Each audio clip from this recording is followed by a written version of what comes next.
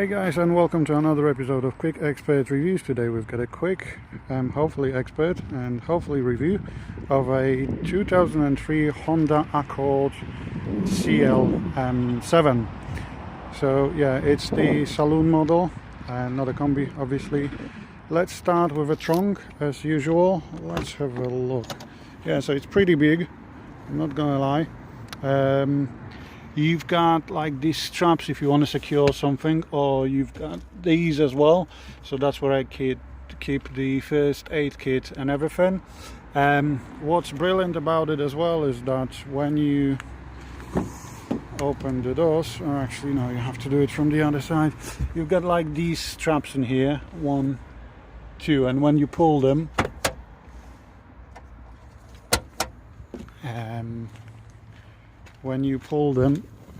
you can fold the seats like that.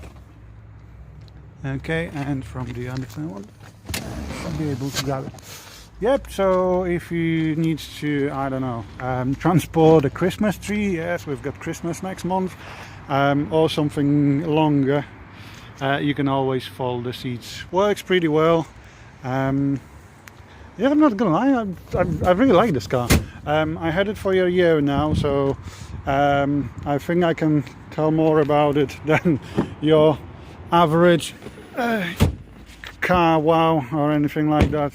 Auto Express reviewer that usually reviews the car within the first 10 minutes. So yeah, I had it for a year now. I'm gonna tell you about everything I've done to the car, what I had to replace, and so on, so on. So when we get inside, I'm going to show you everything that's in it. So we are inside the car now. Let's lead it up. So yes, it's the executive model, which means the executive model was basically the more kind of luxurious spec car. You had like a Type S, a normal one, and you had the executive model. With the executive you get heated seats, so you've got high and low on both the driver and the passenger, and I do have to admit they work damn well, seriously. I mean, I cannot keep it on high longer than 5 minutes because it actually burns my back and my bum. You also do get the premium sound system, which that's actually interesting because it says premium sound system, but there's no brand. Like usually I don't know, you open the doors of an Audi or anything like that and it says Bose. You drive a Lexus and you've got like a massive Mark Levinson logo on it. Now in here you've got premium sound system, but what does it mean? Who made that? Who built that? So who did it?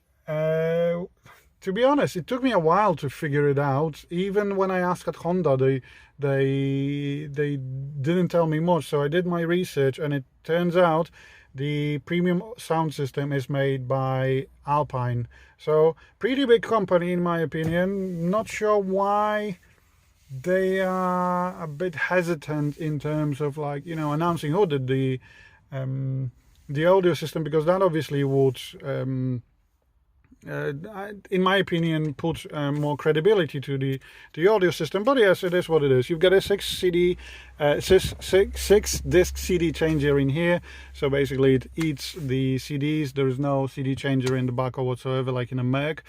You've got dual zone climate control. You do have the aircon.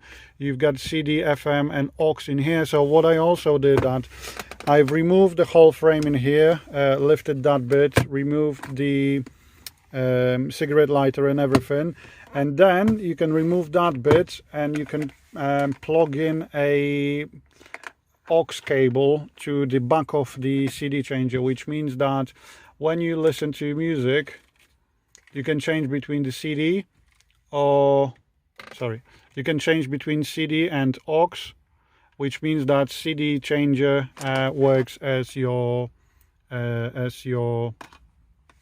source for music. So if you want to, you can plug in your iPod, iPhone, and Android handset, or anything that has a 3.5mm jack, and you can listen to music from it. Apart from that, You do also have like a set of standard like keys if you want to go like buttons like that, so you know the tune radio, scan force, radio station, SIG and everything, aircon in here, changing the mode of how the heating or aircon blows and everything. You can do that, so when you press that it automatically tries to heat up the front shield or cool down, whatever you want to do. Then you do have a heated wing mirrors, obviously electronically operated. Then you've got the window lock and the door lock from the inside.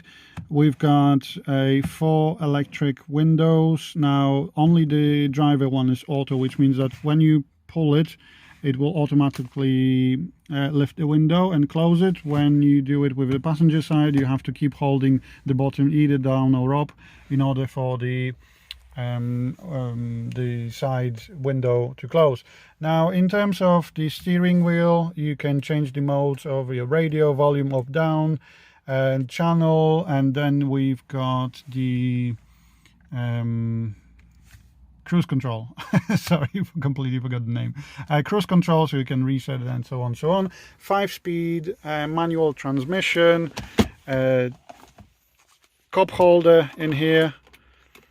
That's obviously not wood, that's just plastic. And you've got a 2-stage armrest, so you can leave your phone in here if you want to, like that. And then when you pull like that, you've got access to the other stuff you've got in your car, which is like, let's say, cables or anything like that. That's where I keep my charging cables and everything. Now, passenger, obviously, apart from having his own heated seat, the passenger has their own set of buttons to control the window. And now if we go to the back, that's where my kids are. So I don't know if you can see it. So I'm 1 meter 85 centimeters or 185 centimeters tall. Not sure how much that is in foot, but I'm not gonna lie, it's pretty comfortable. Now bear in mind I have not changed anything with the driver's seat, so yeah, the fully leather chairs are actually really comfortable. That's where both my kids are sat down. You do have another armrest in here with cup holders, and if you want to, you do have an ashtray. Now, if forgot to show you that with the armrest on the front, you can slide it forward, so it gives you more resting space. And kids obviously do have their own speakers and control of the windows. Now, one thing again I actually forgot to mention is the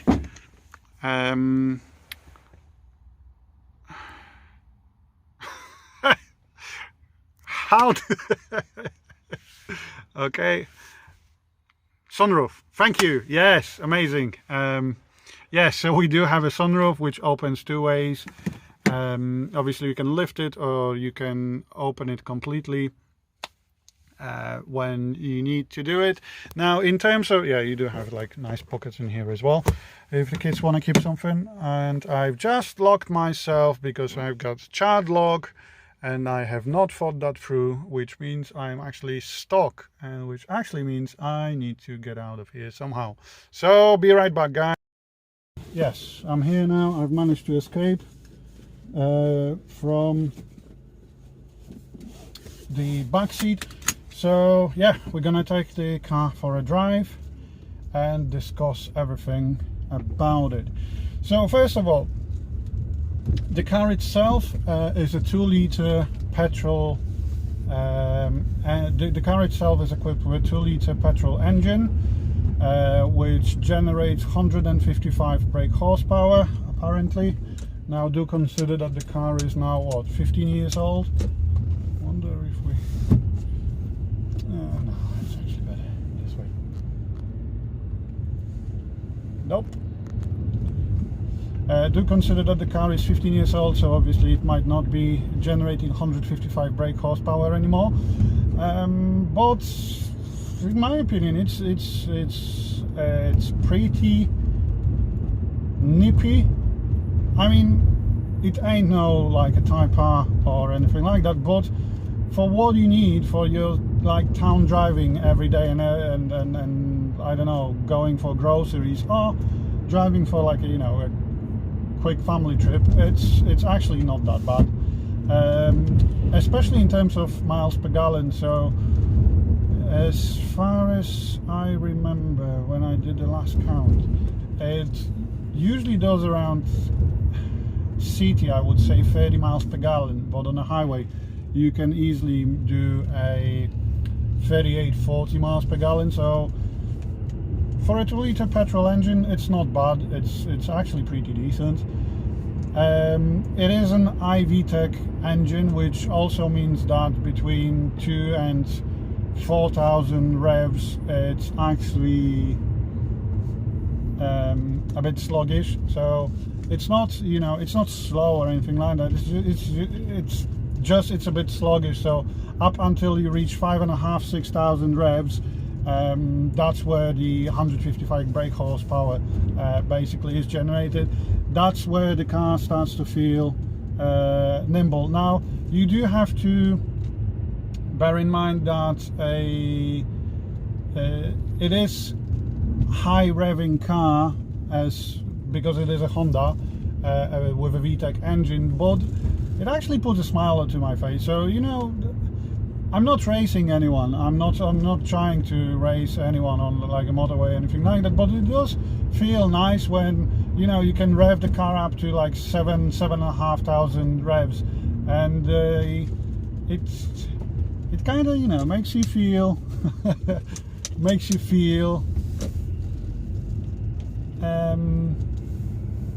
what's the word?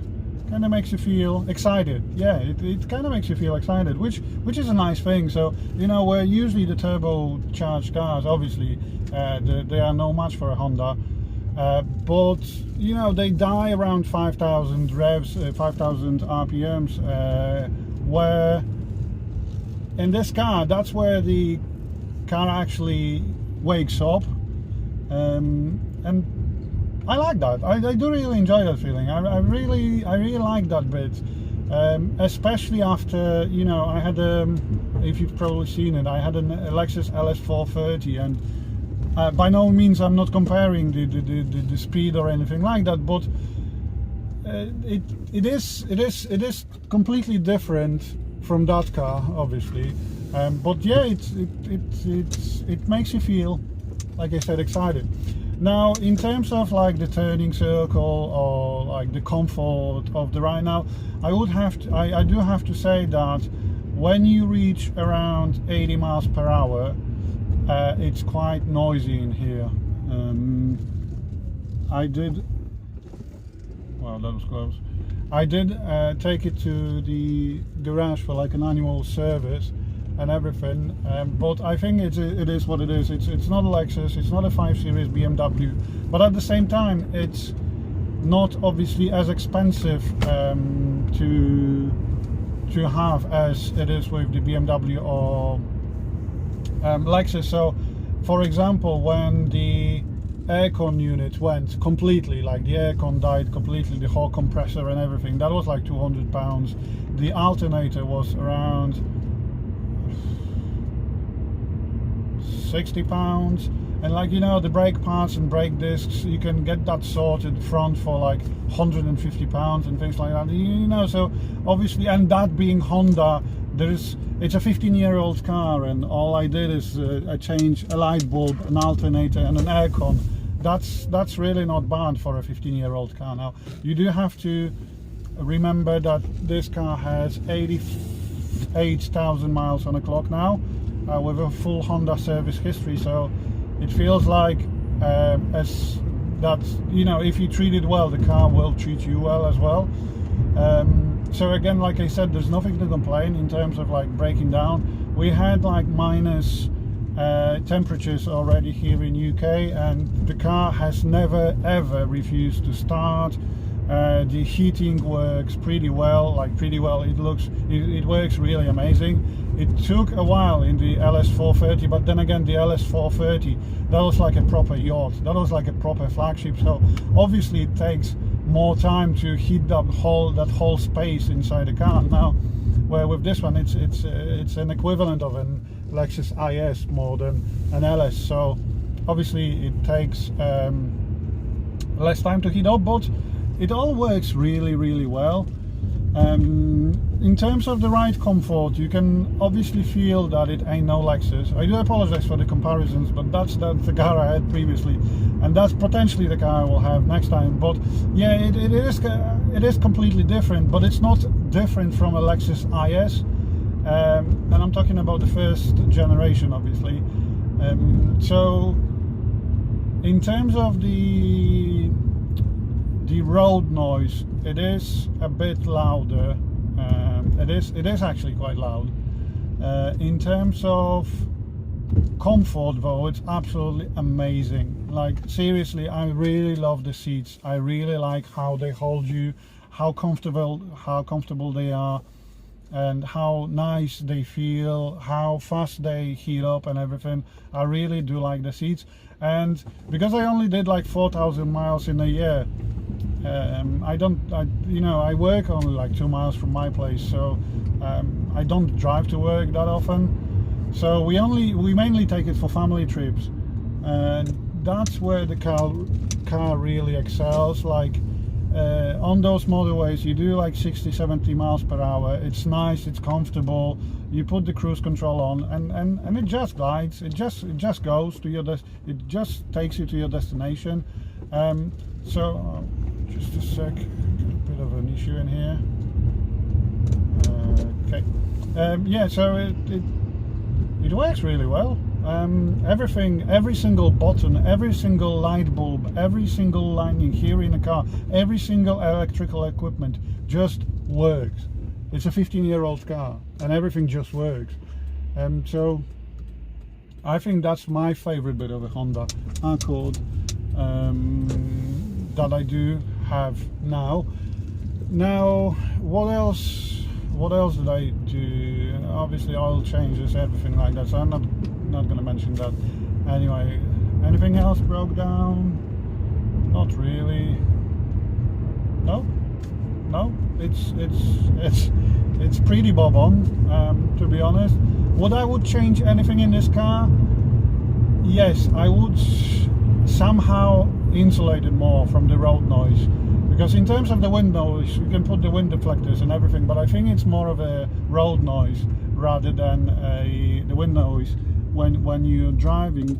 But apart from that, I'm really enjoying it. I did have a test drive in an automated in an Accord with an automated gearbox, but I did not like it at all. Now bear in mind that it takes like 11 or even 12 seconds to reach the 16 and automatic transmission model.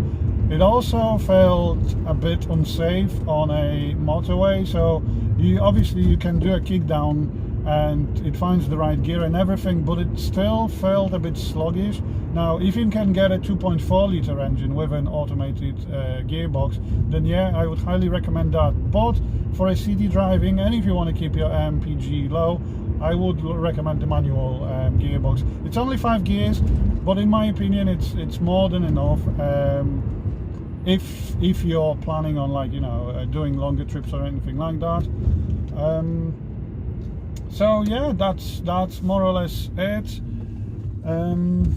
Oh wait, yes, I did have an issue with the driver's electric window, but it wasn't an issue with the motor or the window itself. It was basically sometimes when you close the doors too firmly, what happens is that the window slightly misaligns from the doors, and then you try to raise it up, but it goes up and then it goes down, which basically is a prevention mechanism that if someone keeps their head or their hand between the in that space, that means that obviously it prevents that from happening. So when the window misaligns, that obviously happens. But all you need to do is that basically close the window fully and try reopen it, and it's done. That's it. Like, it did within a year. It happened to me like maybe 3 times, so I didn't bother going to Honda or anything like that to get it fixed. So yeah, that's all I wanted to say about a 2003 Honda Accord CL7. If you do have any questions, please don't hesitate and ask in the comment section. I will answer them happily, and I wish you a great day. Take care, guys. Bye.